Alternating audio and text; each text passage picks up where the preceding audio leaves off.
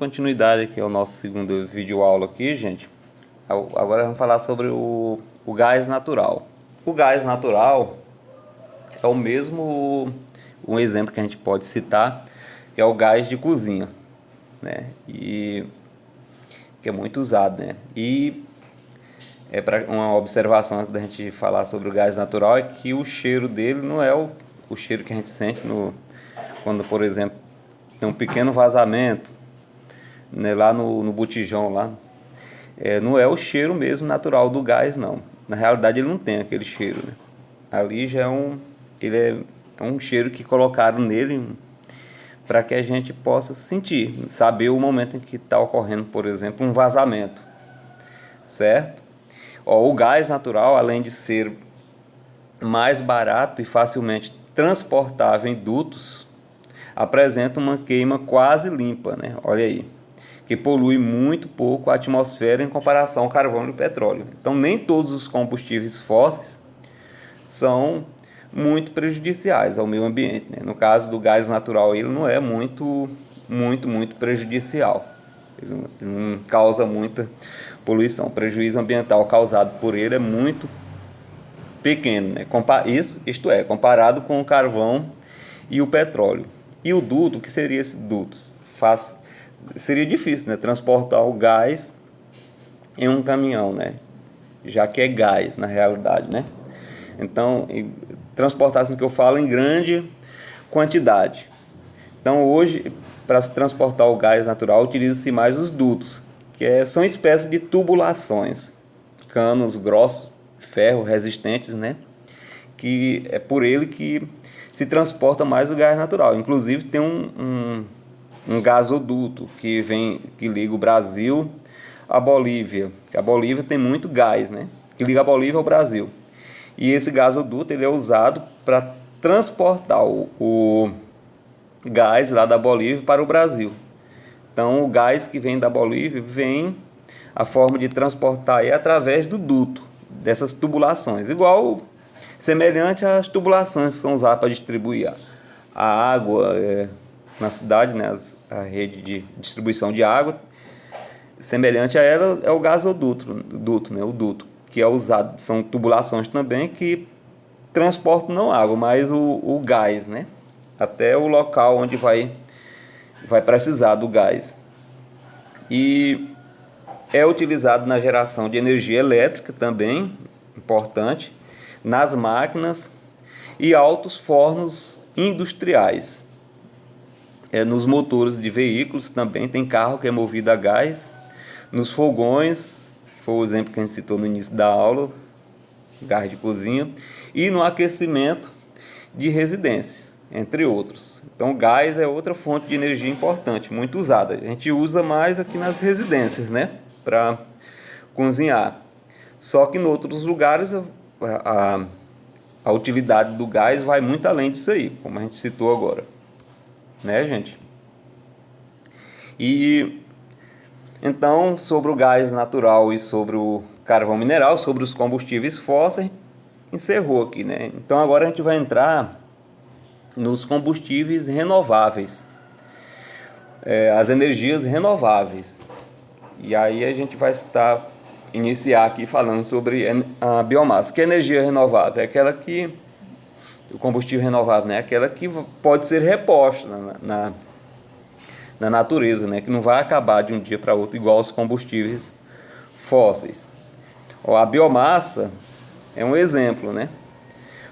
A biomassa é qualquer tipo de matéria orgânica não fóssil, vegetal, animal, que possibilite a obtenção de energia. Então, qualquer tipo de matéria que tenha origem de algum tipo de ser vivo, que possibilite a obtenção de energia, é chamada de biomassa. Temos os exemplos aqui, a cana-de-açúcar, a beterraba, o milho, que são exemplos de vegetais que a gente pode se produzir energia a partir deles. Temos o exemplo do lixo orgânico, o lixo que nós produzimos em casa, que também pode ser transformado em energia.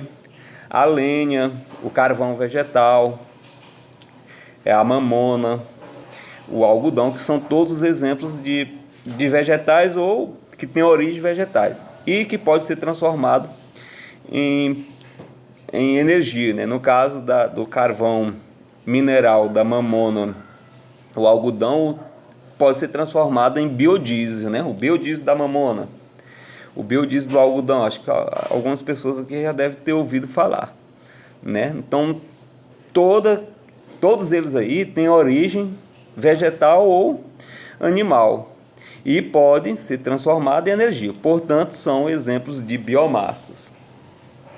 E mudando aqui, as evidências das mudanças climáticas têm levado muitos países a acelerar a busca por fontes de energia renováveis e menos poluentes, energias que poluem menos ao meio ambiente.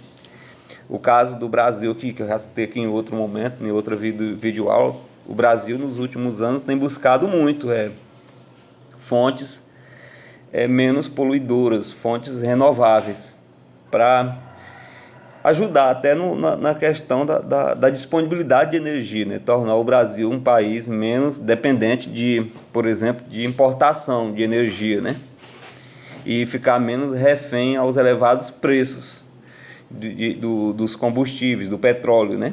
Em muitos países, a legislação obriga a mistura de álcool e biodiesel na gasolina e no óleo diesel, como até o Brasil, o exemplo do nosso país. Quando vocês estiverem estudando o conteúdo, deixa eu olhar aqui no livro qual é a página para eu poder falar para vocês, que diz a porcentagem aí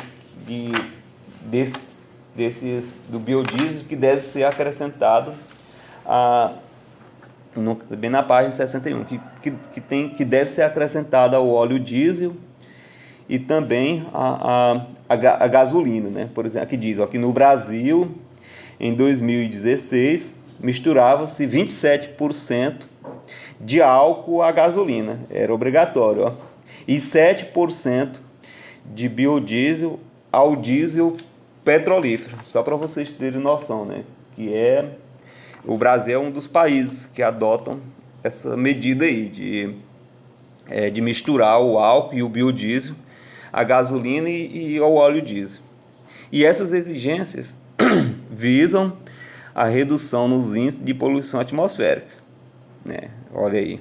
Entretanto, gera uma grande demanda por matéria-prima orgânica, ou seja, para se produzir a mamona, o milho, o algodão e a soja para fins de produção de biodiesel, ou até mesmo produzir a cana-de-açúcar para produzir o álcool, precisa-se utilizar áreas agrícolas, né? A área agrícola, para nós aqui, tem mais sentido para produzir alimento, né? E aí por isso que existe essa preocupação em relação à utilização